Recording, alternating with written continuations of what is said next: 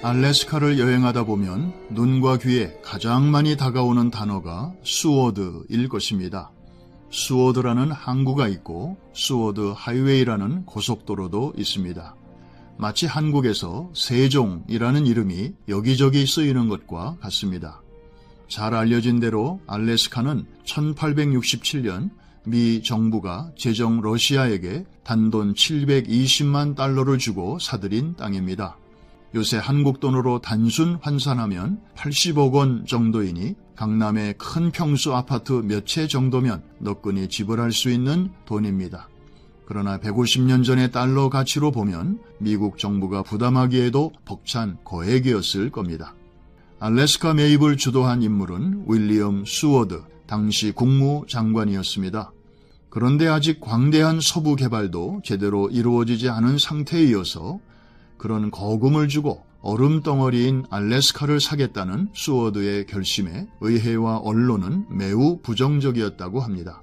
당시 의회와 언론은 알래스카를 수워드의 아이스박스라며 조롱했고 그 거래를 수워드의 바보 짓거리라고까지 말하며 비난했다고 합니다. 하지만 사람들의 얕은 생각이나 말에 개의치 않고 미국의 미래를 내다보며 알래스카의 전략적 가치를 평가했던 수워드 장관은 사면초가의 상황을 극복하고 끝내 이 땅을 매입하는 데 성공했습니다. 그러나 한 세기가 지난 후에 사람들은 비로소 알게 되었습니다. 알래스카를 매입한 덕분에 미국은 알래스카 땅 면적과 비교할 수 없는 거대한 태평양을 내해처럼 사용하며 팍스 아메리카의 세계 전략을 펼칠 수 있게 되었다는 사실을 말입니다. 만일 수워드 장관의 예지력이 없었다면 알래스카는 여전히 러시아의 땅으로 남아 지금쯤은 수천 개의 핵미사일이 미국을 향해 배치되어 있었을 것이라고 전문가들은 말합니다. 물론 당시 수워드 장관은 핵무기나 핵잠수함 시대를 예견하지 못했겠지만 말입니다. 그러니 수워드 장관은 알래스카 사람들에겐 그 땅의 조지 워싱턴과 같은 존재라고 해도 전혀 틀린 말이 아닐 것입니다.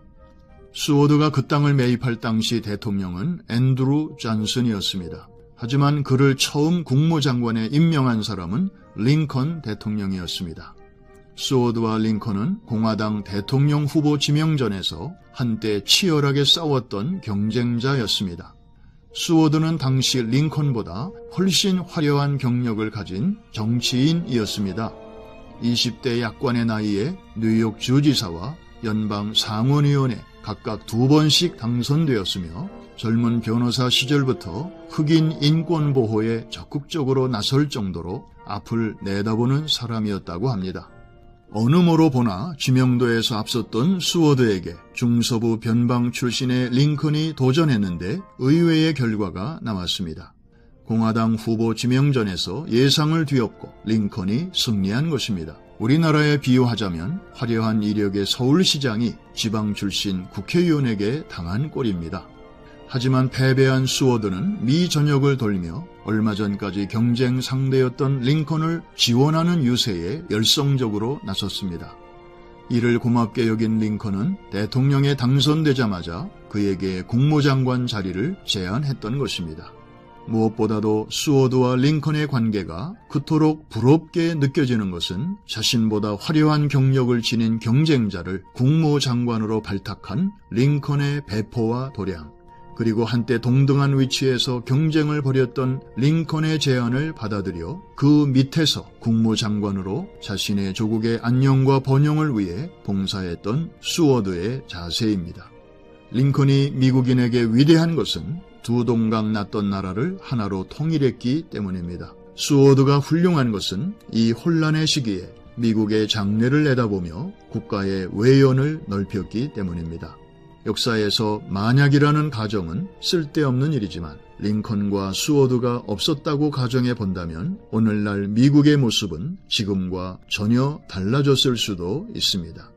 국민들이 눈여겨보아 뽑아준 정치인 개개인의 정치 철학과 비전은 배지를 달자마자 어디론가 사라지고 지독한 근시라서 멀리 앞을 보지 못한 채 각 정파의 진영 논리에 함몰되어 소모적인 진흙탕 싸움을 반복하는 대한민국의 정치판을 보면서 우리 시대의 링컨 같은 통 큰 대인, 우리 시대의 수워드 같은 선견자는 과연 어디 있습니까? 라고 하늘을 향해 외쳐봅니다.